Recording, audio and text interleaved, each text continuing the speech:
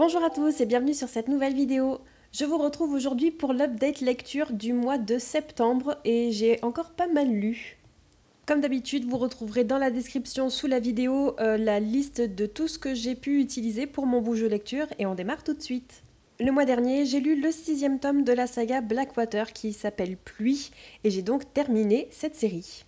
C'est toujours écrit par Michael McDowell et c'est toujours publié aux éditions Monsieur Toussaint Louverture. Et évidemment, je ne peux pas vous en dire grand-chose puisque c'est un tome 6 et c'est la conclusion de la saga. Donc forcément, je risque de vous spoiler pas mal de choses. Je peux juste vous dire qu'encore une fois, j'ai beaucoup apprécié ma lecture, d'autant plus qu'on a la conclusion de la vie de certains personnages, et j'ai beaucoup aimé cet effet de jeu de miroir, de répétition dans le destin de certains personnages. Certains arrivent au terme de leur vie, et d'autres continuent leur petit bout de chemin. Et beaucoup copient, malgré eux, le comportement de leurs aînés. Et ça, c'est quelque chose que j'adore et que j'admire dans l'écriture de Michael McDowell. Ensuite, j'ai lu Le naufrage de la Méduse, un roman témoignage écrit par deux survivants du drame, Alexandre Coréard et Jean-Baptiste Savigny. Si vous me suivez depuis un moment, que ce soit ici sur YouTube ou sur Instagram, vous savez déjà que je me suis prise de passion pour la littérature maritime et notamment les récits dramatiques, les histoires vraies de naufrages. Et j'aime particulièrement le récit du naufrage de la Méduse, c'est une histoire que j'avais découverte grâce à un podcast écouté sur Spotify. C'est une histoire qui met en lumière sous tous les angles la bêtise humaine et je pense que c'est vraiment pour ça qu'elle me plaît autant. Et figurez-vous que ce roman n'était pas du tout à la hauteur de mes attentes. Il faut se l'avouer, comme ça a été écrit autour des années 1820, le registre est vraiment pas facile à comprendre et du coup je pense que ça a vraiment gâché mon expérience de lecture, d'autant plus que je m'attendais à retrouver vraiment pas mal de détails et finalement j'en ai beaucoup plus appris en écoutant sur 30-40 minutes le podcast plutôt qu'en lisant pendant des heures ce titre. Donc, si j'ai éveillé votre curiosité, n'hésitez pas vraiment à aller voir dans la barre d'infos, je vous mettrai le lien pour le podcast qui est vraiment super intéressant et la narration elle est juste incroyable. Bon, je suis en retard sur mon audio, mais si vous avez vu le vlog du mois de septembre, vous savez quels sont les titres qui arrivent. De toute façon, vous le voyez à l'écran, j'ai lu la dernière sortie de chez Lumen qui a fait un tabac, c'est La Société très secrète des sorcières extraordinaires de Sangu Mandana. Un titre cosy, tout doux, queer, plein de bienveillance et avec très peu d'enjeux. C'est un roman parfait à lire en toute saison, mais surtout à lire si on veut s'évader du monde brutal dans lequel on vit. C'était pour moi une lecture très agréable, d'autant plus que comme je l'ai lu juste après Le naufrage de la Méduse, qui lui est assez horrifique dans ses détails, ça tombait vraiment bien. Et puis pour tout vous avouer, j'ai adoré les personnages Diane et Ken, personnages secondaires qui forment un couple gay de personnes âgées. Puis j'ai lu le livre sélectionné pour le book club du mois de septembre, donc c'est Eleanor Oliphant va très bien de Gail Honeyman. J'avais jamais entendu parler de ce roman et pourtant je l'ai adoré. On va suivre ici Eleanor, un personnage qui n'a pas les codes pour naviguer en société et qui s'en fiche un peu en fait. Jusqu'au jour où elle va tomber follement amoureuse au premier regard d'un chanteur d'un groupe de rock. Et pour conquérir l'élu de son cœur, elle va se décider à passer par une transformation physique, sauf que ça va pas se passer forcément très bien. La description que j'en fais peut paraître très légère, mais en réalité c'est un roman vraiment touchant qui vaut le détour. Puis j'ai lu une autre sortie récente, cette fois-ci c'est chez De Saxus, c'est Cache-Cache Mortel de Kirsten White. Un roman assez court puisqu'il fait 270 pages et que j'ai dévoré.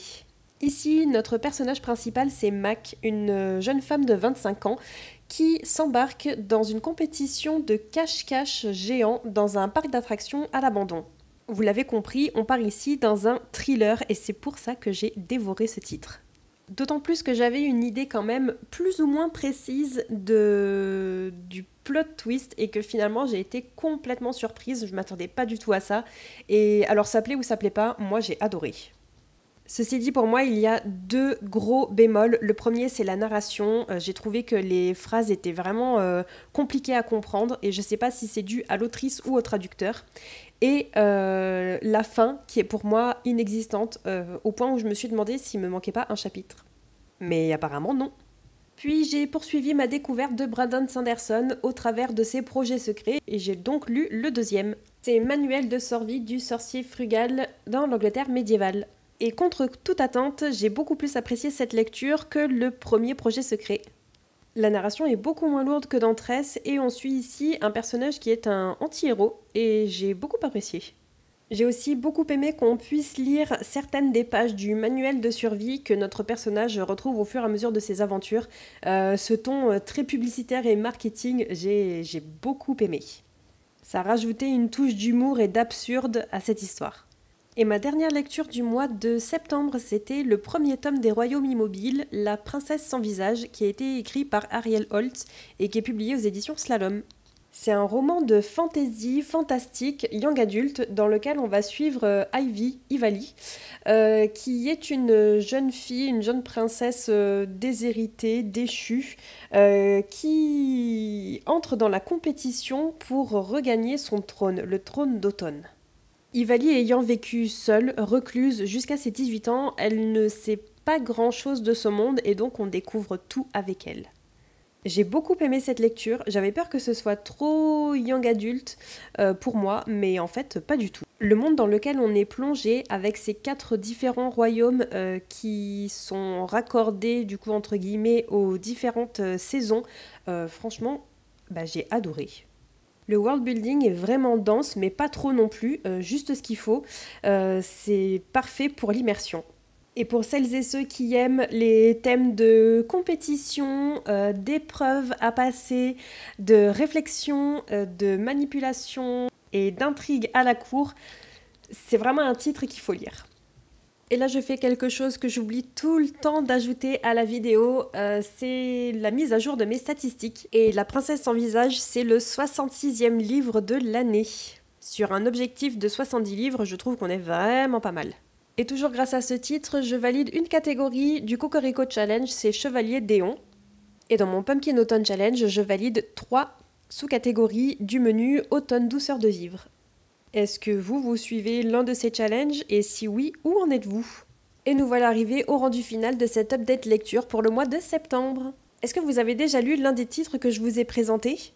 N'hésitez pas à me le dire dans les commentaires et aussi si vous avez aimé cette vidéo. N'oubliez pas aussi de vous abonner à la chaîne si ce n'est pas déjà fait et nous on se retrouve très bientôt pour une prochaine vidéo. Je vous dis bye bye!